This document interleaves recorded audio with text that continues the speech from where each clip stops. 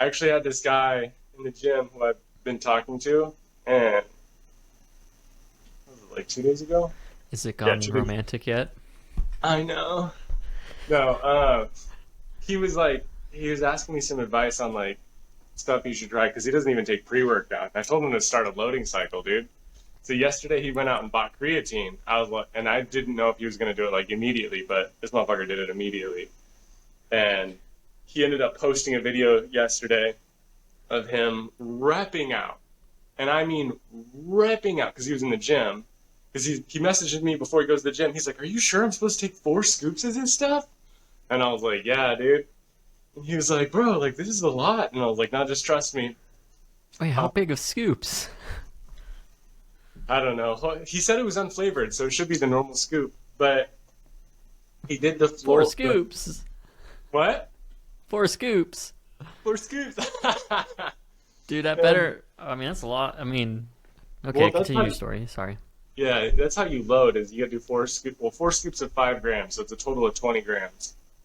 Um, but yeah, he ended up posting this video of him just repping out pull-ups with a 45 strap around his waist, and he's like, "I can't believe nobody told me to start a creatine phase." But he messaged me later, and he's like, "Bro, dude, it felt like I was on crack." He's like, "I couldn't stop," and I was like, "Dude, that's how it is when you start loading." Which I took 20 grams yesterday, but I didn't work out. Today I'm taking 10 to start off, and then I'll take another 10 before I work out. But All right. he didn't dissolve his, so his was like, he said it was really hard to stomach. He was like, "It was nasty." I was like, "You got to dissolve it, dude."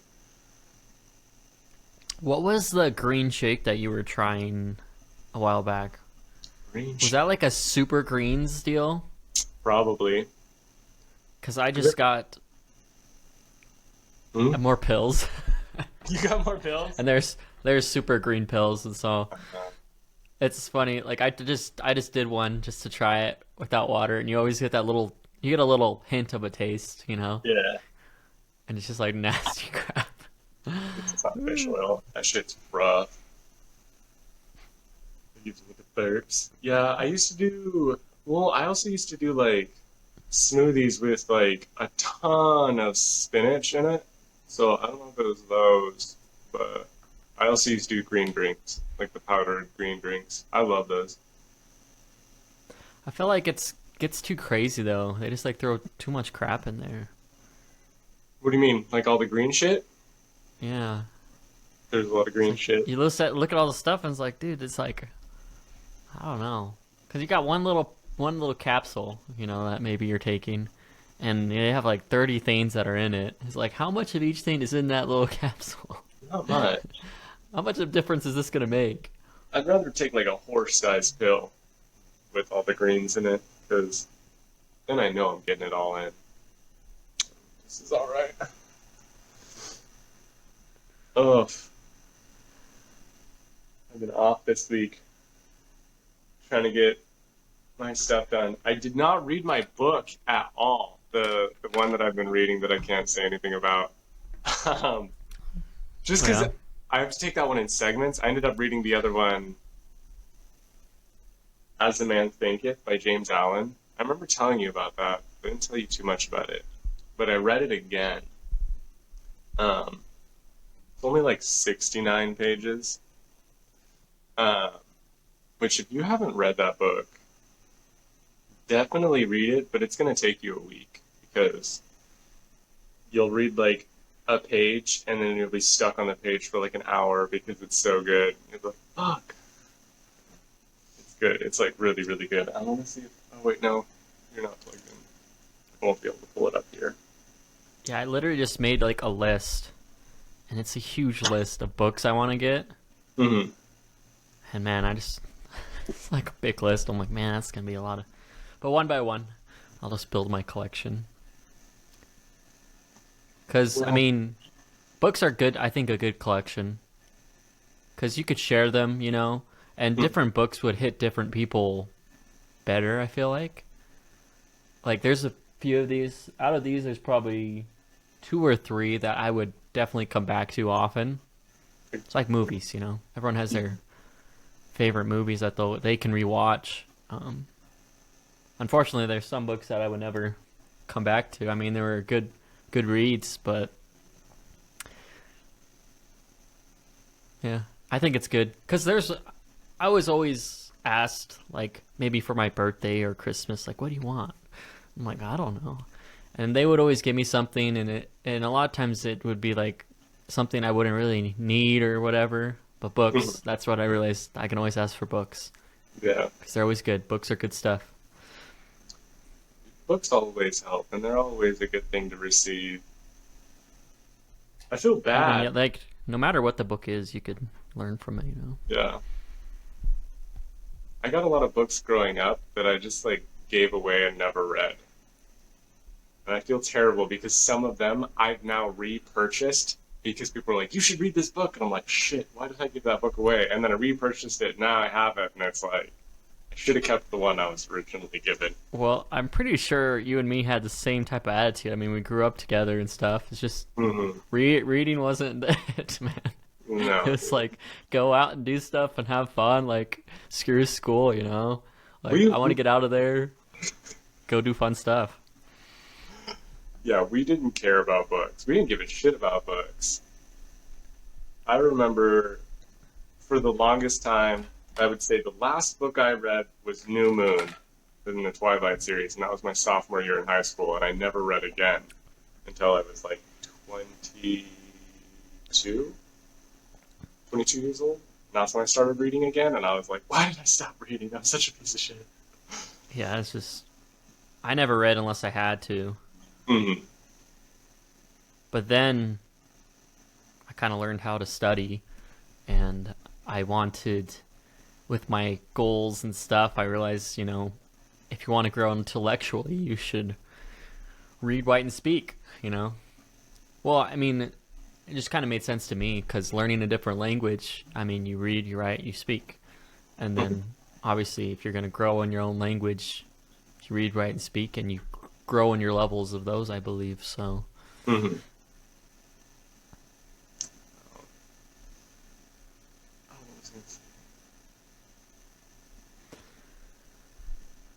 I feel like growing up, we had a higher affinity for experience rather than like books. Like we wanted like the outside experience, which is good. Like that's I do think that's incredibly important to like especially our youth because especially with my like parents not really like they taught me a lot of like shit that I didn't need as a kid. Like my dad, I remember he was teaching me the John Carter squeeze in the stock markets when I was 12 years old. And I was like, this is so cool, but I'm not old enough to use he this. wanted a partner. I know. But, and like, I He didn't have the understood patience it. for it. I know. I sat there and he was really excited about it. He was like super excited about it because he had just learned it. And I remember he like slowly explained it. He's like, does this part make sense? Does this part make sense? Like the PPO, like the MACD. I'm like, yeah, yeah. And like, I understood it. And I got excited about it. He's like, but wait, you're not allowed to get a trading account until you're at least 18 years old. And I was like, well, this is dumb. And I feel like I received a lot of useless information as a kid. And so, not useless.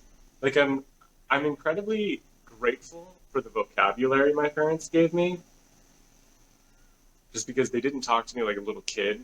They always talked to me like an adult.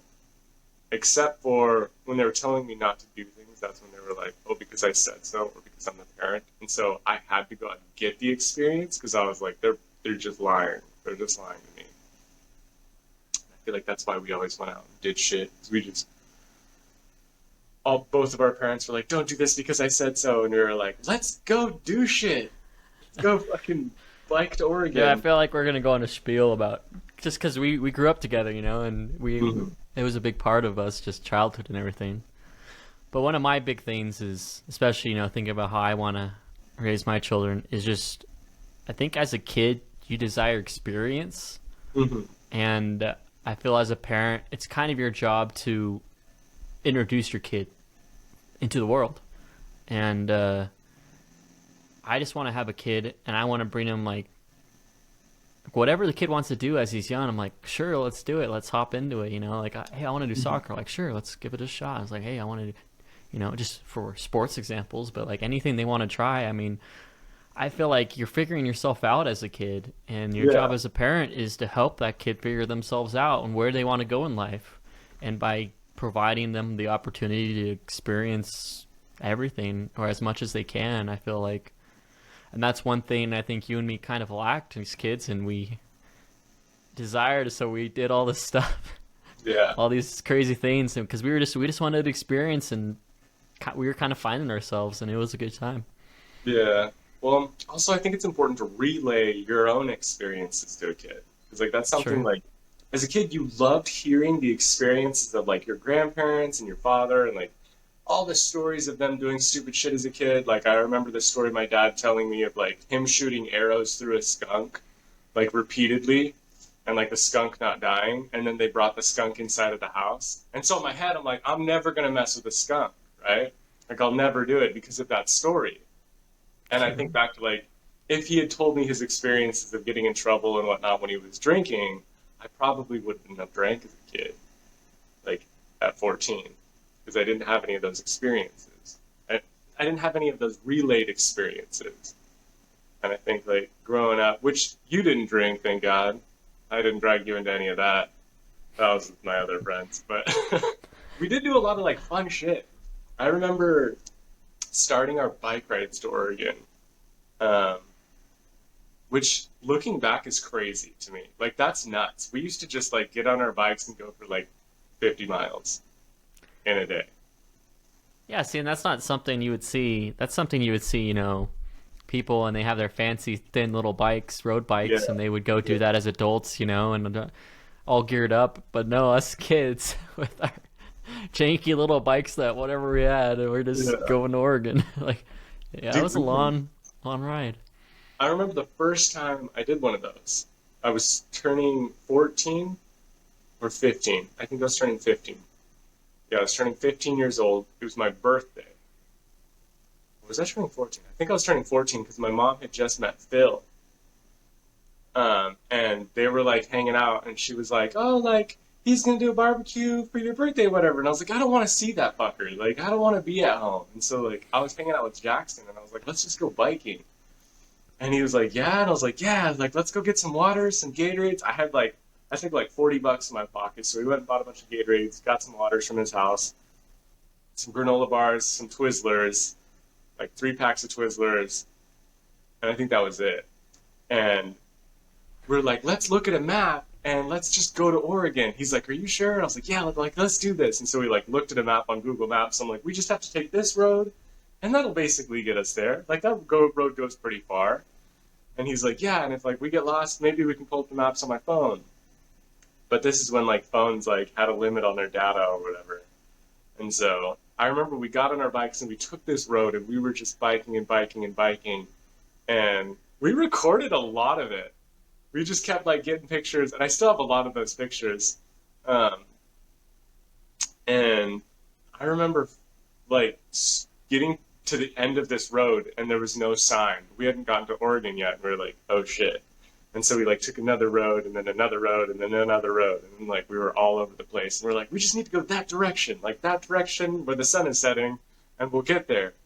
And finally, like we found the road that like had the sign. It was like "Welcome to Oregon." We're like, "Oh, thank God!" And we like sat down and took this video, and it was like 9, and it was maybe like 8 or 9 p.m. And I had to call my mom.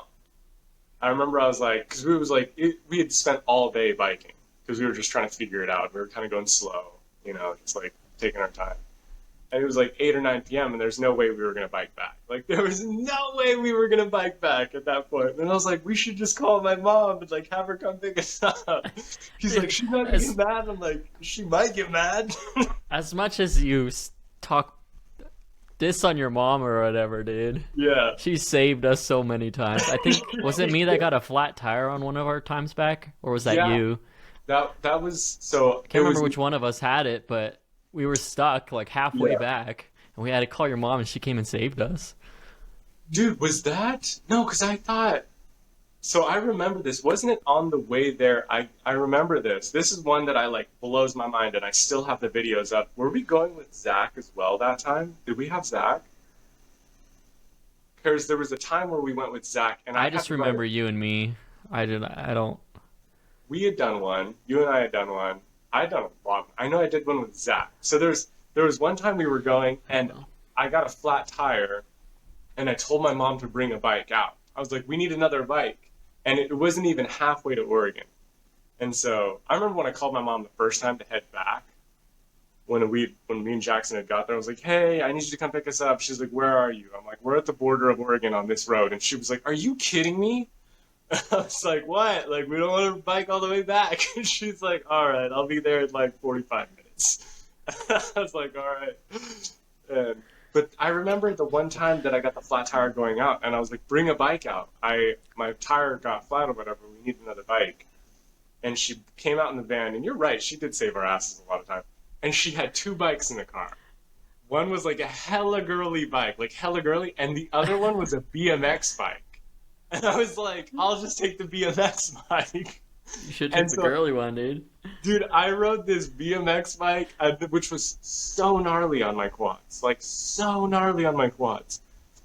I remember my quads were sore for like a week, but I remember riding that BMX bike all the way there and back.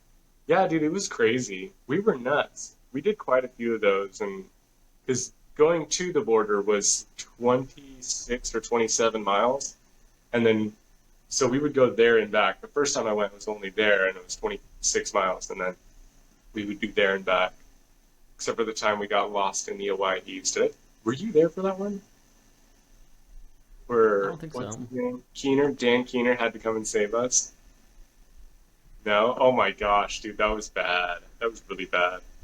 No, you guys definitely get lost without me. I know. I'm the direction. Dude, and we did that consistently throughout the summers, was go ride our bikes to Oregon. That was like a thing that we just like kept doing. It was Yeah, it was fun. good times. It's just Just, like that was just like one of the summers. yeah. I remember we had started One of the after our many. freshman year, me and Jackson. We did them consistently, and then we did them sophomore year, and I don't know if we did them junior year summer, but that was like a thing that, because I remember me and Jackson, we were like, we got to convince Adam's parents to let him do this with us. Like, how are we going to do this? I'm like, let's compile all the videos and like the pictures together and like make this cool, fun little video to try to convince his parents. And he's like, I don't know if they'll want to like sit down and actually watch that. And I'm like, no, dude. And like, we didn't end up showing them or whatever. I don't think. I think you just like told your dad you were going to go on a bike ride. Yeah, dude, I wouldn't. Why would I? You gotta understand, like saying stuff like "I'm gonna go back to Oregon." That's an obvious no. I Yeah, say I'm gonna go on a bike ride. I'm not lying. They just don't yeah. know how big it is.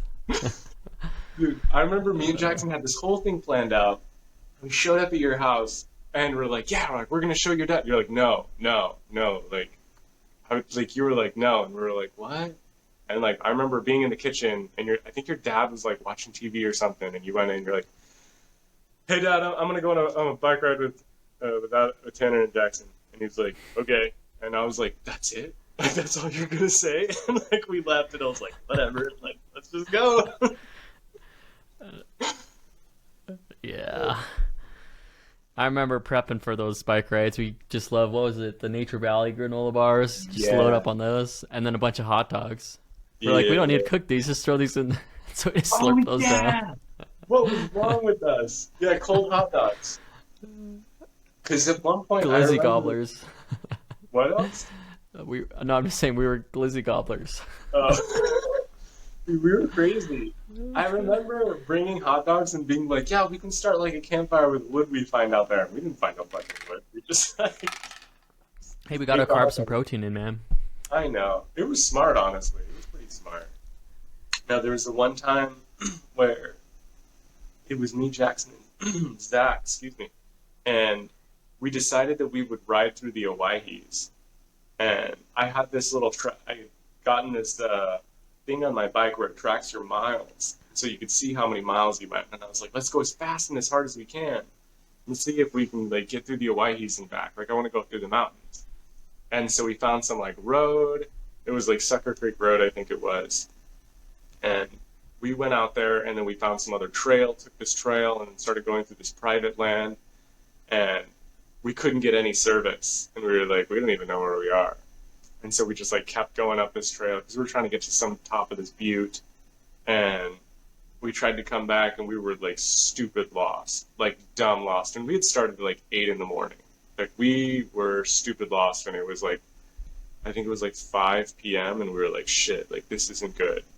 And so we were really trying to like find a spot high up on a hill.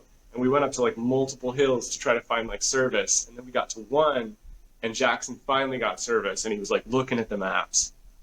And he was like, we gotta go like over there, there's a main road and we just have to get to that main road, and then we can get to like Lower Plymouth Ridge or whatever, Upper Plymouth, I think it was what it was called, and then that'll get us back. And so like it took us forever, and we finally got to like Highway 95, which took us all the way up to like Upper Plymouth, I think it was, or Lower Plymouth, I can't remember. And by that time, it was 10 p.m. and like it was just dark, and I was like, shit, dude. And Jackson's freaking out, like freaking out, because he knows like his mom's gonna whoop his ass. And I remember calling Dan Keener and being like, "Hey, like we're stuck out here. Can you come pick us up? Like we're gonna try to ride back, but it's really dark." I don't even know why I called him, but I was just like, "He's got a truck. Like he can come get us." And so like I called him, and he's like, "Yeah, I'll come get you guys." And he was so confused. He was like, "Wait, where are you?" And I was like, "We're on like Highway 95, like at the crossroad of that and like Upper Plymouth." And he rolled up in his truck at like 11 p.m. and was like, "What are you guys doing?" And we're like, "Yeah, we rode through the Hawaii." He's like, "From your house?" And we're like, "Yeah." And he's like, "How many miles did you do?" And I remember looking at the little mile tracker, and we had done 120 miles.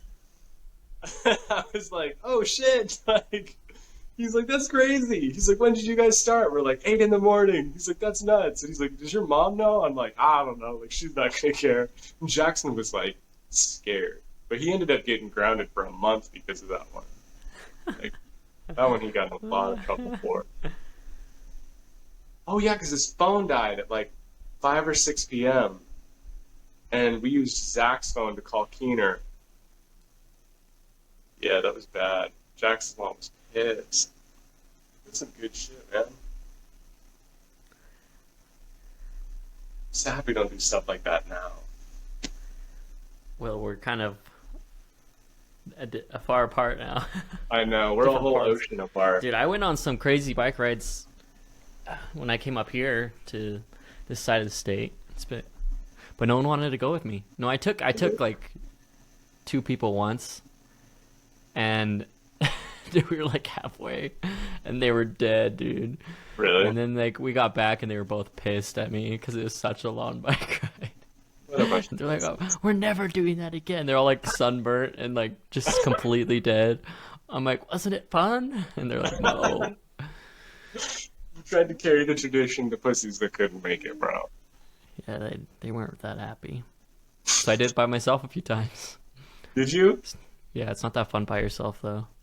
No, no. I remember we had that like I had that folding speaker that I would like put up in my backpack, and we would like listen to music. That's where we would go, like hook up our iPod.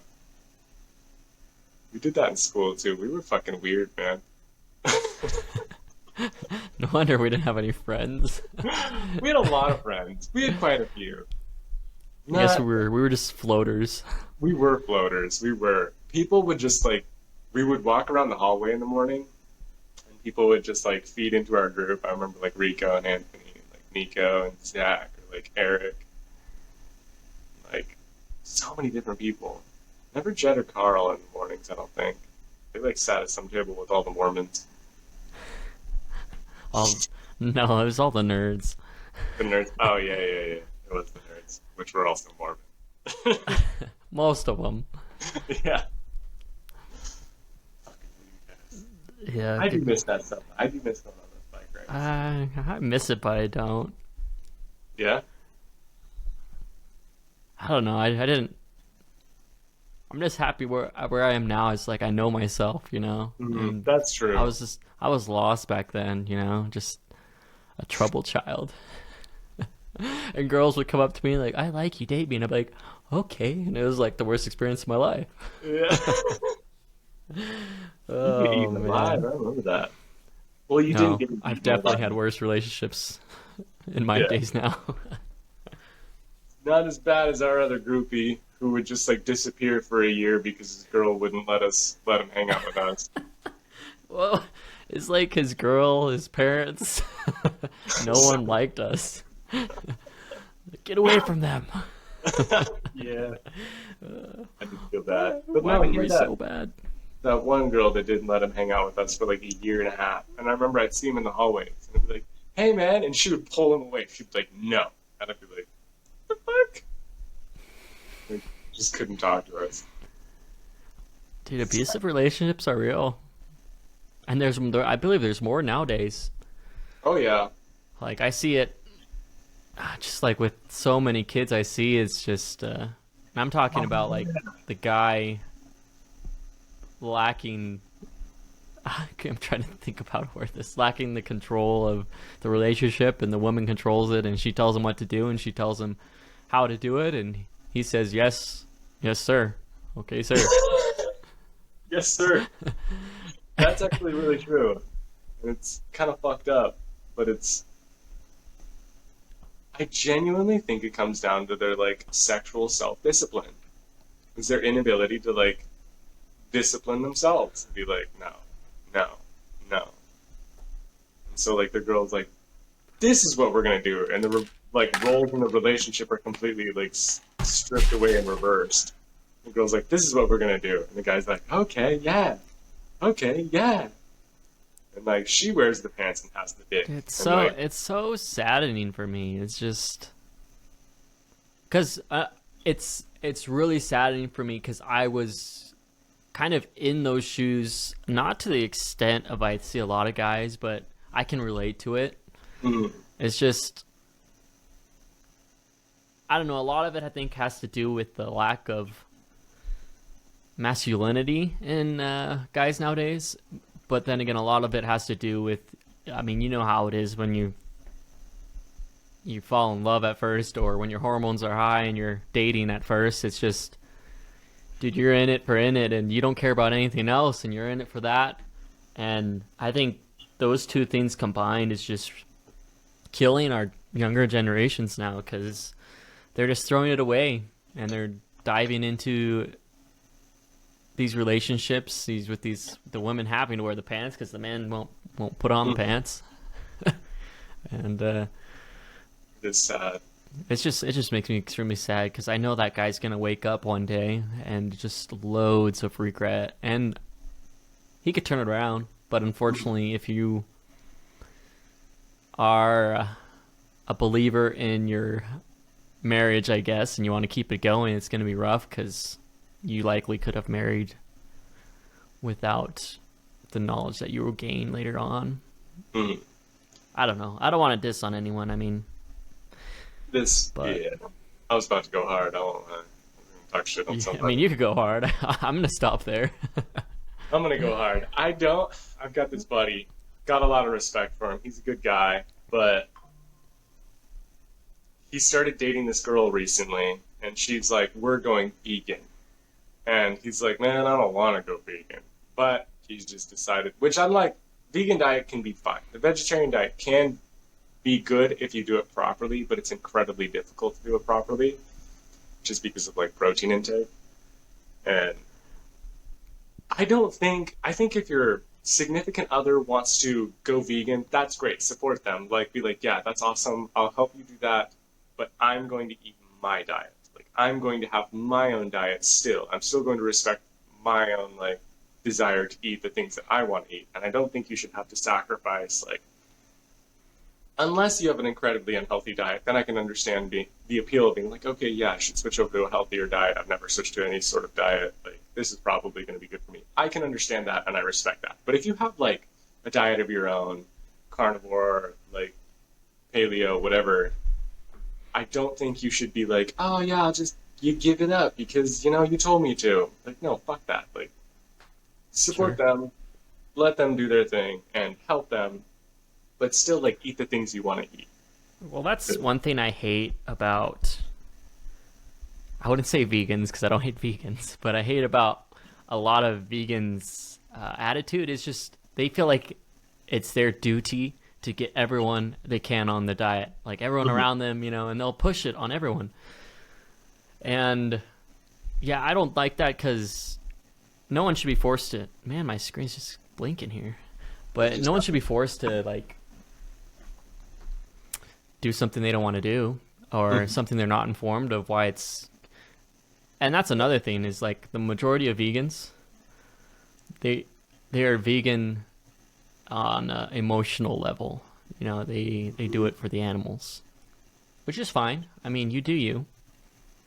But there's so many arguments against that because I mean, how a lot of those foods are made and processed is just as bad, you know, as I mean, I don't know. It's a crazy debate, but and that's what's crazy about the book I'm reading because the book I'm reading is pro vegan, super Oh, is pro it? vegan. Yeah, they're like, and it's like as I'm reading, it looks like science is pro vegan.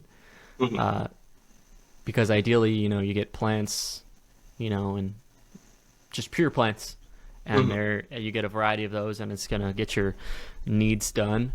Um, I could dive into that a lot, but when I was reading the book, I was super skeptical because he keeps saying meat's bad, meat's bad, meat's bad, and he'd give studies, and I'm like, okay, sure, but I'm like, is this guy biased? Because you know, Yeah. most vegans I know don't eat meat, and then I look up his name, and there's a bunch of like people talking about it, and people are like, no, he's super good. He only you know, he does it for the lives of the people. He does it for the health of the people. He's super humble, and then I look him up, and I literally just go into his bio, probably on Wikipedia, and it said like at age 8, he went to a farm, and he decided he wanted to be vegan. I'm like, there it is.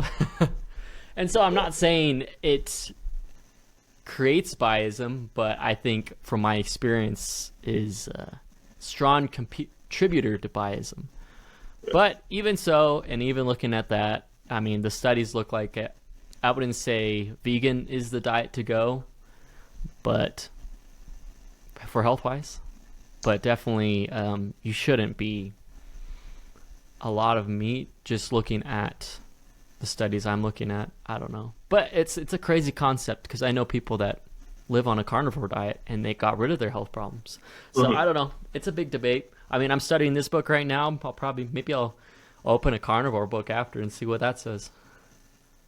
Fuck the vegan diet. Fuck you. No. I respect it, but at the same time, I have this theory about life, and it is nature consumes the weak. Nature consumes the weak.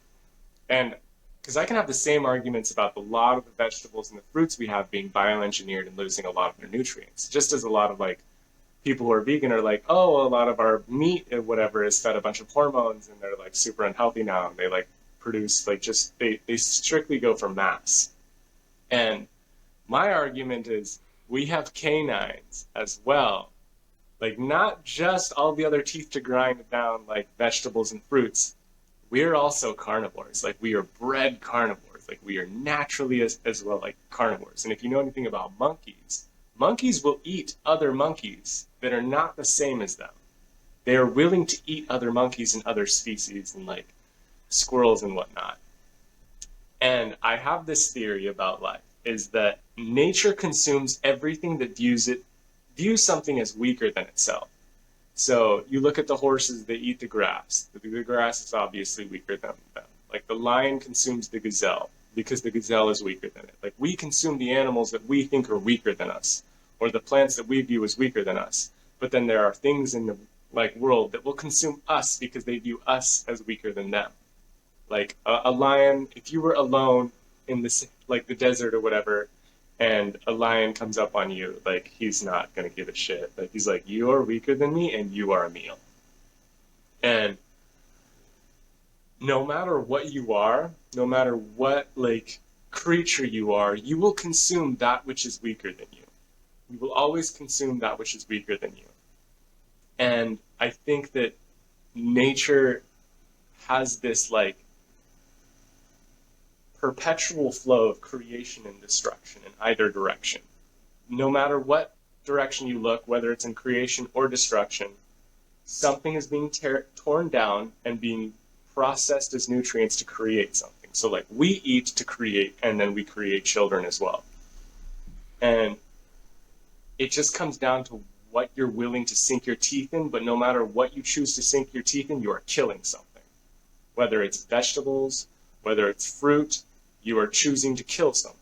And obviously, like fruit, it has already fallen from the tree, but you have to choose to sink your teeth in. You have no choice but to sink your teeth in.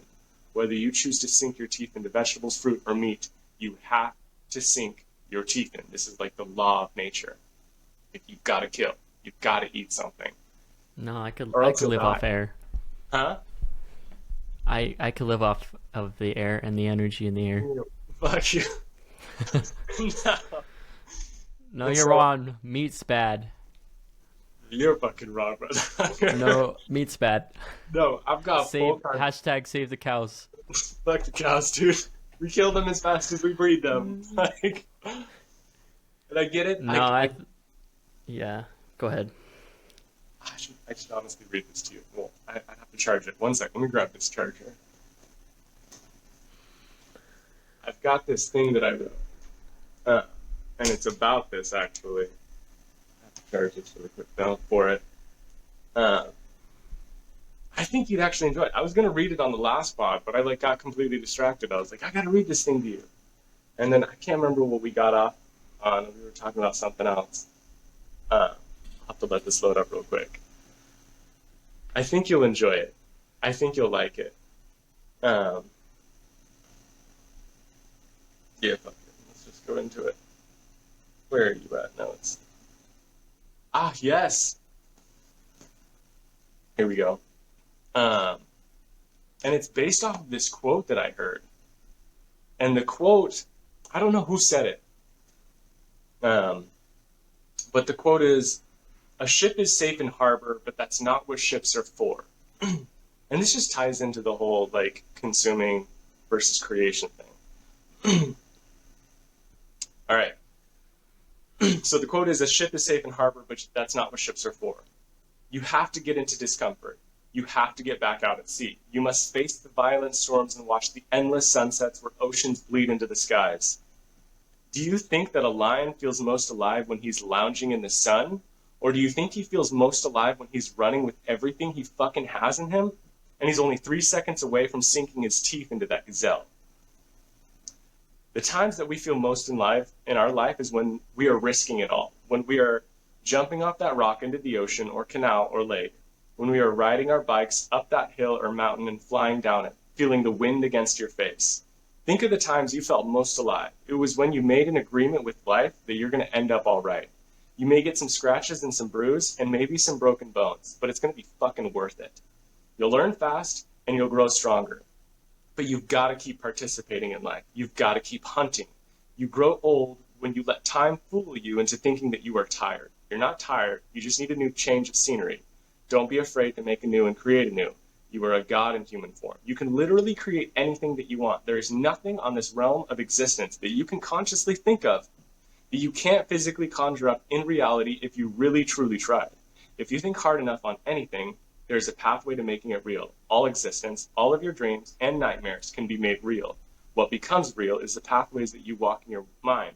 So walk the pathways to the places you really want to go, not the pathways that you don't want to travel down.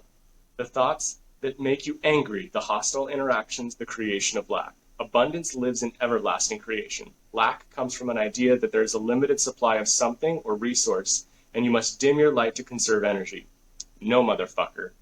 At any time, you can be either on or you can be off. You don't have to conserve shit. In fact, creation is everlasting. Have you ever seen in society a run out of ideas? Absolutely not. There's new shit every year, and everything is a seed of something greater. Everything that you can see, interact with, and use in your daily life is a seed of a greater creation, a greater idea. This is the secret to life, that it goes on in both directions, creation and destruction. Complete creation is choosing to adhere to nature's laws and create alongside it, using its perfect balance as your winds to your sail. To not adhere to her laws is to return to dust, and to return to dust, you become nutrients in the ground for nature to continue creating. So you see, you have no choice. The only choice is creation. You either create what you want or you are utilized to create something else. Someone else's business, someone else's music, church, job, or fertilizer for the soil. No matter what, you will be used for creation endlessly. And in the end, you will always give yourself up to it because you love it.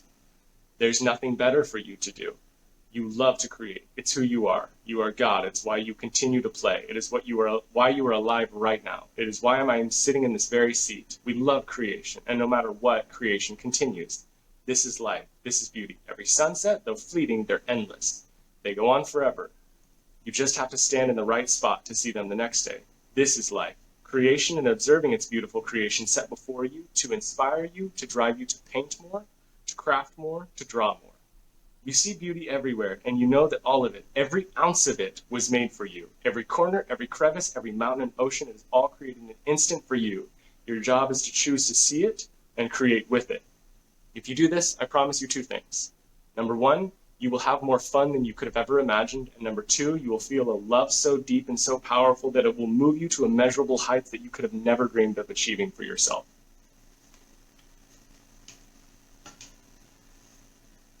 That's it. And that's my belief, is that you have to destroy things and you have to create. And when we look at things that like we're destroying or eating, it's that input to output, and output is the creation. But what do you think about that? I don't know. There's a lot of sustenance in that. I know.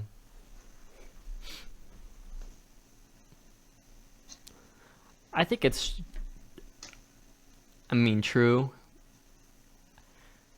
But I'm thinking about how we don't necessarily destroy things, and we don't necessarily create things. It's all organizing things, because. But then again, is it all organizing? Is an idea, original idea? I'm talking about matter-wise. It's you can't create matter. You organize it. You can't destroy matter. You organize it. But when it comes to ideas, I don't know. I'm just going off a loophole of. So like disorganization versus organization.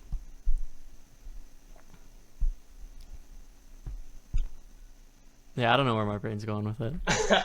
But no, it's a cool concept. Definitely something I would wrap my mind around. But I mean, it's true. A man's got to eat, and a man's gonna create, regardless. You know, what are you gonna create? And so everyone has an input and everyone has an output in all areas of life, whether it's food or intellectual. So. I don't know. What are you gonna create? What are you gonna? I do think we destroy things. I think that is a tendency of humans to find something great and try to tear it down and then speak about how great it was once it's gone. Like that's what we did to Jesus. We're like, holy shit, like he's so powerful, so wonderful, and then they like tore him down. And then afterwards they were like, oh, how great he was. Like, how great he was. He could perform miracles. But at the time, they were like, fuck you for performing miracles. Like, this is wrong. And then they fucking murked him. That's the way I view Jesus' story. I know that probably offends a lot of religious people. But, like, when I look at Jesus' story, I think of it as, like, he could perform miracles, do all these amazing things. And people looked at him and were like, how dare you do these things? And then they murked him, and then they were like, and then they talked about how great he was. And we do it to a lot of people. Like, people are trying to do it to Elon Musk now. They're trying to crucify him. They're like, he's an evil piece of shit, whatever. And he's doing more for society than like anybody has in a long time. People genuinely want him dead. They genuinely want Elon Musk dead. They're like, let's murk him. Let's crucify him. It's like, for what? Because he can allocate money? I mean, he's not the only one. I think there's, I'm not going to list names, but there's a lot of people that are up there, and whether, what are they actually doing is what they're actually doing. I mean, society makes it out to be horrible, and they decide to throw labels, and then the majority of people, they don't even look into it. They'll just go off of the labels, like, oh yeah, I heard that guy's this and this. He needs to die or whatever. And it's like, you don't actually know what he does. You don't know him. It's like, and even if like I'm going off of what someone says, it's like, how do you know? Mhm. You know, that goes back to my whole idea is just why judge someone if you don't know them? You know, if you don't know their intentions and Yeah, you're going off of what other people say, it's like it's not your place. You know? that's true. I just think of like Gandhi and Martin Luther King. Like, they were really good people, and so many people wanted them dead. They're like, murk this guy, murk him. Yeah, it's an interesting idea. I mean, I relate it to who I was talking. I can't remember who. It wasn't you, I don't think. About it recently with someone. It's the idea of being appreciative in the moment, Mhm. um, and how no one really appreciates the moment. You know, right now you're thinking back. You know, we even started the episode. You know, talking back and that was good back in the day when we were kids. Mhm. That was so good. You know, I wish it was like that now. But here in 10 years, we're gonna be looking back to today. It's like, man, that was good times. Man, I wish I was. And so, just comparing it, I feel like it's super similar. It's just, you know, and they take apart these people, you know, whether physically and literally or um, socially, and they want to just tear them down and rip them apart and annihilate them. But once they're gone and a little time has passed, people actually look back, you know, they're like, you know what? They weren't so bad. They were actually really good. Mhm. And I wonder how relatable the idea is because we don't appreciate things when they're here. It's hard to, I don't know why. It'd be an interesting concept to dive into, but why don't we appreciate things when they're in the now? We always appreciate them after the fact. That book, The Power of Now, and it reminds me that I saw this quote this last week, and I don't remember how it like exactly went, but it was like, is this moment? I think it was like something you're actually going to regret, or you're going to look back in with nostalgia. Like this very moment that you're in right now. Like you look at like the task at hand, and you're like, God, this is so hard. This is so frustrating. Do I want to look back at this with regret, or do I want to look back at it with nostalgia? And I think about like this, like us recording, like we're on what our 11th episode, and like Yeah. in the beginning we were just in a complete like disarray. We are like, we're just gonna fucking go. And I know that we'll look back at this one day with like an incredible amount of nostalgia and be like, man, I wish we had like really enjoyed it, like in the moment. We did know how great it was. Yeah. So we look back at those bike rides and we're like, shit, man, like that was so much fun.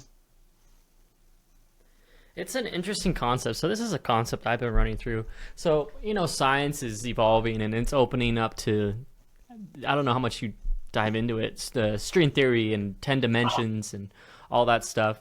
It's Yes. crazy, crazy things. And I it interests me, so I dive into it a lot and I can't comprehend a lot of it. Mhm.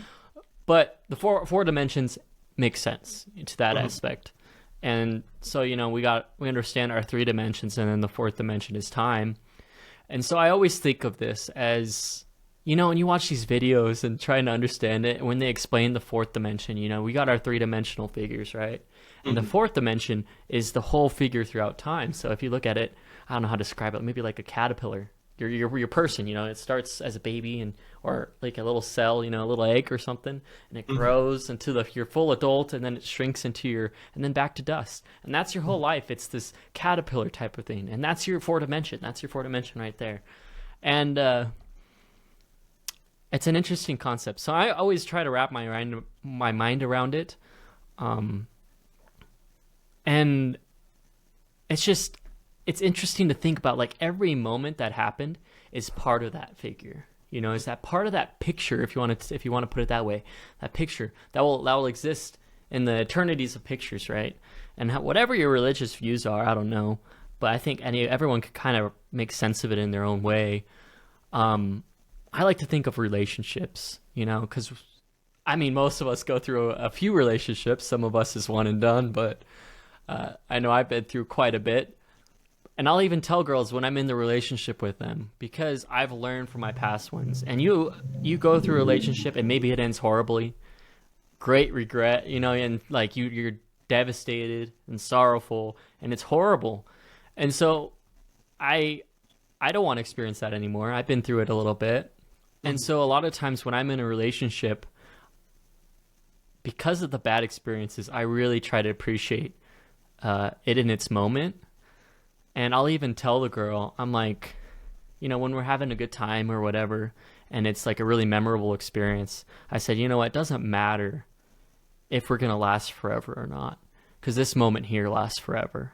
Mhm. And I don't know, the girls always love it, but like it's just a serious idea to me. It's just it doesn't matter. I mean, that moment lasts forever, and every moment in your life, it will last forever. It's a part of your picture, your four dimension type of deal. It's kind of me trying to make sense of everything, but I think it's a good concept to try to wrap your mind around, to appreciate, you know, appreciate the moment, because it's part of everything. It's a beautiful part, even the bad. You Mhm. know, it's the I think of it a lot. We were talking about how fruits and vegetables are manufactured and changed, and they take the imperfections out of them. But as we take the imperfections out of them, we're taking, like, I think we're only getting a third of the nutrients that we were from like fruits 100 years ago, fruits and vegetables 100 years ago. And it just kind of adds on to that. It's just like the imperfections are what makes life beautiful. If you look at a painting, it's not perfect. It's it's a piece of art. It's not perfect. There's imperfections, but there are perfections in it. And the imperfections are the perfections. And I know you, with your religious views, have a lot of opinions on that, but Mhm. that's just kind of my thoughts on all of that. It's to seek out only perfection is like to say, I want the moon, but I don't want the stars. Like, you've got to have both. You have to have both. Well, if you don't have one, you can't have the other. It's like good and bad in life. If you don't have any bad, there is no good. There's nothing to compare it to. You have to have the bad to know the good. You have to eat the bad apple to appreciate the good apple. Mhm. Yes. I think I think about this often actually. The tastes of life and like the flavors that we get, like sad and sorrow and like regret and pain versus like joy, happiness, pleasure, and like excitement. It's like you have to have both. That's why I say the kid has to touch the burner. Like he has to have both experiences, or else he's not going to understand like the joy. Like, cause, and I'd like the same thing. Like when I went to jail, like I had to experience confinement to really know what freedom was like. Like without it, like I had no idea what my freedom, how worth it my freedom was, and like experience the moments that I have freedom. Like there's a lot of people in jail that don't get those moments in freedom, and like they're constantly thinking about their like captivity. And life isn't worth it unless you get to like really be in your moments, even the sad ones, like you say. Like it's what gives you that like contrast of flavor. Like how delicious is this moment of pain, of loss, of like losing the thing that you really thought you'd have forever. Like yes, it sucks in the moment, but how delicious is this memory in my mind going forward? Because you get to utilize those memories as well. Like when we lose or like a relationship falls out and things don't work, in when I look back, and I think Andrew Tate talks about this is like, if I want to make $1 billion, what's the one experience I want to have? Heartbreak. Like, you want to force me to make $1 billion, break my fucking heart. And I think it goes along the lines of like working out as well. Like you want a great physique, break a man's heart. Yeah, I always joke about it, and people think I'm dumb and crazy because I start dating the girl, and Mm-hmm. they're like, "Oh, how's it going? Is everything going good?" I'm like, "I hope she breaks my heart." It's like I could use a good pump right now. So And I say brutal. it jokingly. Obviously, I want it to work out, but at the same time, if she breaks my heart, it's gonna drive me to great things. So who Mm-hmm. cares? You know? That's so funny. No, it's true. It's true. And we don't really appreciate the moment until it's gone, like you said. And you're very right about that. And I genuinely, this is why I had a hard time with religion, is because it's like they're trying, a lot of religion is trying to iron out the imperfections in the world and get rid of them. But without them, we wouldn't understand how beautiful things are. Like you wouldn't have a genuine appreciation for life without them. And so I think that it's eternal. I think the imperfections are here to stay. And like we've tried to iron out the imperfections in fruit and vegetables, and now we've lost all of these nutrients, and they're even more imperfect in some people's eyes. So they look beautiful on the outside, but now they're missing so much on the inside. This idea of like trying to iron out the imperfections, you can't do it. You have to have both. Like a Well, I think balance must be maintained. it's big in society nowadays. I think it's just, I think we talked about this before, but people, they don't want to accept their flaws and their weaknesses. You know, Mm-hmm. they want to. A lot of times they want to wear them on their sleeve, on their shoulder, basically, so to say. Uh, this is who I am, Mm-hmm. rather than this is what I struggle with.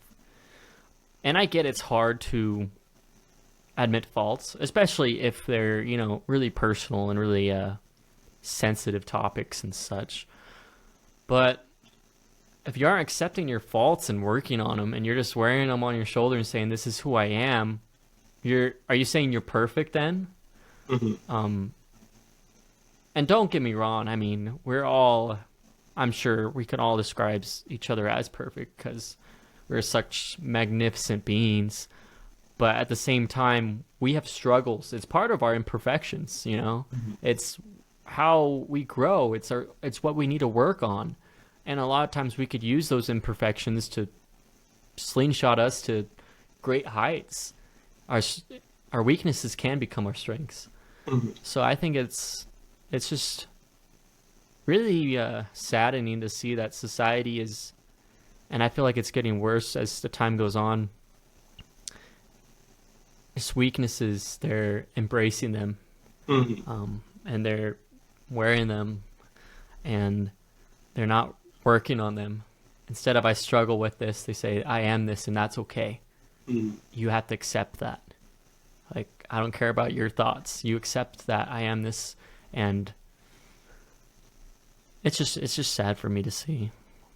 I think choosing to accept your faults as identity is the path to self-annihilation. Because when you think of people who are dying, they've stopped climbing that mountain. They've stopped choosing to improve their health. They've stopped choosing to go on those bike rides, those workouts. You look at elderly people, they're not drinking the water, they're just chain smoking the cigarettes, drinking their coffee. No, like, they're not attacking that mountain continually.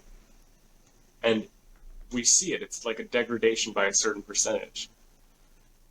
And I think the only way to continue in life and to be a part of whatever creation is happening is to continue to transmute your faults into gains. So, like, I look back in my past relationships when I was like 19, 20 years old. Dude, I was a piece of shit, man. I was a genuine. Was Was no, dude, I was a genuine piece of shit. And like I ironed out a lot of those things. And I look at it now. See, this is the crazy thing is like I look at before 4 years ago as a genuine piece of shit. Like I just worshipped chaos. Like absolutely worshipped it. And I didn't know that I did. I had no clue. And I at the time I liked to blame a lot of like who I was as, on my childhood and be like, oh, this is just who I am and it's never going to change. And then I started reading books and I was like, oh, I can change. And I shifted my mindset into this like repair and frolic mode kind of just to like see the beauty in life. And I've seen so much beauty in the last 4 years and I've learned how to appreciate my moments. And now I'm reading this book. It's really dark. It's like really, really, really dark. And it sparked this like not worship of chaos, but an understanding of chaos. Like the disorder, the necessity for that disorder, like why it was supposed to happen the way it did. Like without the chaos as a kid, I wouldn't appreciate the peace that I have. Like even my days now where I still have chaos in some aspects of my life, like I still can find an incredible amount of peace. Like things are great now. Like personality wise, I feel like I am a great person, but like things happen in life that like seem completely out of my control. And I'm like, it's okay. Like I've found peace internally. That's okay that whoever's passing or like something's happening with Cora or with a friend or a loved one, and it's like it's painful. Like that experience is painful, but I found such an appreciation for that disarray and chaos. It's like, ah, oh, thank God for it. And this book that I'm reading now basically teaches you how to organize that chaos, how to like shift the chaos in life, um, which is a whole different concept that I won't dive into because some of it's dark as fuck. No, it goes with kind of my life philosophy. Is a lot of people say the idea things happen for a reason, Mm-hmm. and I don't necessarily like that. How I like to think of it is things happen so you could give them a reason. And one book that I really like that I recently read is Man's Search for Meaning. And it's just if bad things happen to you, you can react in two ways. You're gonna have a horrible life, and you're gonna blame it on the bad things, or you're gonna use that experience to grow. Mm-hmm. It's kind of like the alcoholic father story, and I think it's a common story in regards to this. Is this alcoholic father has two sons, and one son turns out to be just grows up and ends up just like his father, and the other son grows up to be super successful. And when asked the two men, why are you like this, they both said, I had an alcoholic father. And so it just comes to show, use things for a meaning. You could use things to propel you. The bad things are the best for that. That's why I say, I beg for a breakup. But embrace the bad things. I think I posted something today, and it said, shoot, what did it say? But basically the concept of just taking the negative and turning it into a positive, and making the best out of the worst situations. We seeking out our fears, because if we embrace our fears, they can no longer have power over us, and then we have power over them, and we are stronger. So Goes to the idea of violently hunting down your fears or your weaknesses. Like hunt them ferociously, and consume them. It's like Arnold, when he did his first competition, they were like, your calves are too small. Sorry, bro, your calves are too small. So he, afterwards, instead of not competing again, he put 1,000 hours into his calves before competing again. It's like, and he talks about this in his blueprint. He's like, I look in the mirror and I look for the weak points. I find the weak points in my body and I attack them. I violently attack them, aggressively. Find the weak points and I attack them, and it's why I'm the best. I think that's something that, like, as a society, we can learn from. Is like, if you want to become the biggest, the best, the most powerful, find your weak points and attack them. Make them your strong points. So, some good shit. yeah, it's good concepts that we could go off for a long time. I know. We don't Let's talk about our we don't goals, have that much dog. time. All right. Are we going through our new ones now, Oh yeah. or do we want to do our old ones? Well, Or what how you do we mean? want to do this? Let's talk about our Because old we wrote one. all our a bunch of new goals down. Oh, our new ones. Our new. Oh Yeah, shit. Oh new. shit. I totally forgot about talking about. Okay, do we want to talk about that one? Yeah, we can do that. With documents, have a I don't know tracker. how you wanna do this. Well, yeah, that's a hard one. Should we talk about? I mean, last week's goals. What did we have for intellectual and physical that we had set? I mean, mine was get halfway through my book, which I did, and begin to ease into my bulk, which I did. Nice. And I think mine was read the rest of that book, which I did not do. And then I know I'm so bad. Pick a book, and then I feel like my mind retaliates and picks a different book and chooses to read the other book completely instead. Dane. So it's kind of funny. Chaos, worship chaos. No. And then my physical goal was, I think, protein. It was focusing on my protein intake, Ed? which I've been doing good. I've been doing really good with my protein. So let's talk about our new goals. These fancy, lovely ones. You can't even see it. I know, it probably just looked like a bright white light. No, this has been fun because we decided to we pay each other $1 every time we didn't reach one, Mm-hmm. and I think it was the first 2 nights. It's just like I'm gotta get it done. I don't want to. Yeah.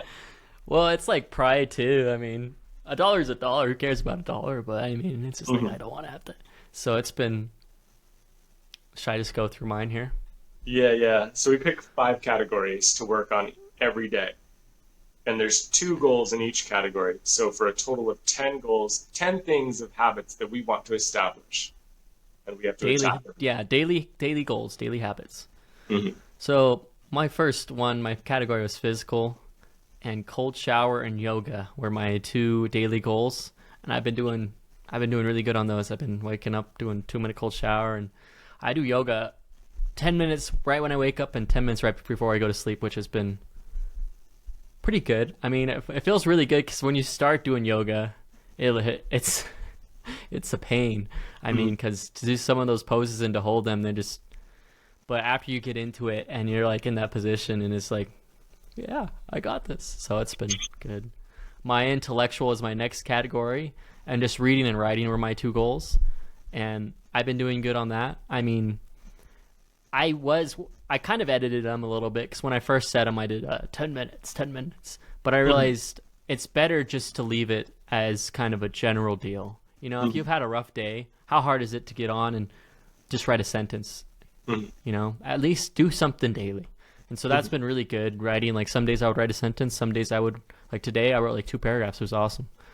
Good paragraphs. And reading has been pretty good for me. My next goal is spiritual. So I put active praying and active scripture study because I really want to be engaged when I do those 2 things. And I have been doing better, which is awesome. Definitely helpful in life. My next category was relationships. I put try to say hi to everyone and express gratitude to one person. So I initially had like say hi to everyone or say hi to everyone I know, but that I realized can be difficult. So I put try, and it's kind of like there's huge accountability in this because I mean, who's to say I tried or not? But I like to hold myself pretty accountable, and like if I could say yeah, I made an attempt to try to say hi to everyone, and then express gratitude. That's been going good. I mean, it's hard if you don't see too many people in a day, but I've been reaching out to people the last few days. It's been really good, strengthening relationships. I love that. And my last category is music. So I just have music production and music production study. And I just want to make sure I'm producing daily, which is awesome. And studying is one thing I've been lacking with that. And it's really cool to try to seek out ways to study that. And it's been fun to do that daily. So, and I've been pretty good on all those. So those are my goals. You've hit all of them consistently, which is good.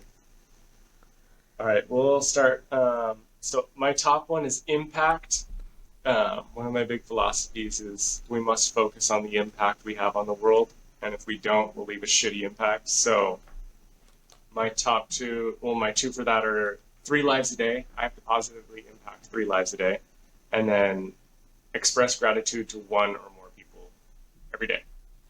And I've been hitting both of those consistently. So positively impacting 3 lives a day and expressing gratitude to at least 1 person. I think that's something we both just try to do, one person a day at least. which I think is awesome that we both focus on that. That's important. And then my second category is self love. So for the two habits that I'm establishing there, it's gratitude journal every day, writing in my gratitude journal, and then making sure I take my creatine every day. Um, Consistently hit those. And then third category is fitness. I've got two, so 200 grams of protein, and then gym or 10 minutes of being active every day. Been consistent with those. Hit those every single day, which is nice. If I'm not in the gym, then I'll do like a walk or stretching for 10 minutes. Uh, and then my fourth category is business work. So 10 minutes of website work, which I wanted to talk to you about, a little excitement there. But that's later. We'll talk about that later. And then 10-minute net worth visualization. And I've been consistent on those. And then the last category is reading and writing. So I have to read every day. I don't have to read for like an extended period of time. I can read for 30 minutes, an hour, whatever. I kind of just read in between everything. So consistently hitting my reading and then writing, consistently hitting every day. Just make sure I'm writing. And I can count that as well as my gratitude journal. If I write in my gratitude journal, that technically counts as my writing, but I'm trying to like write more. So, which I have been. I've been doing both, which is nice. So we've been consistent on our goals. And those are what we're going to continue to do going forward. If we don't hit one of them, we owe the other person $1 for each Yeah. one. And So, I don't know. Like, we could definitely change these if we want. Like, my relationships, I've been thinking about a lot. It's awesome right now. Like, right now, my focus is really to try to strengthen relationships I already have. But then down the road, I want to focus more on creating new ones. So I'm gonna keep all mine the same for yeah, now, but we could definitely change them.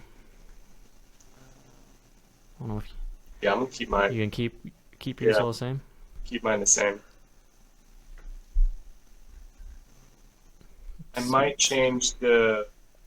Actually, we'll talk about that later. We'll think about that later. Okay. I hear you more. All right, those are our goals. Um, Go that's make your it. own. Yeah, go make your own motherfuckers. All right, that concludes episode 11 of 2 Minutes to Life. We'll see you guys next week.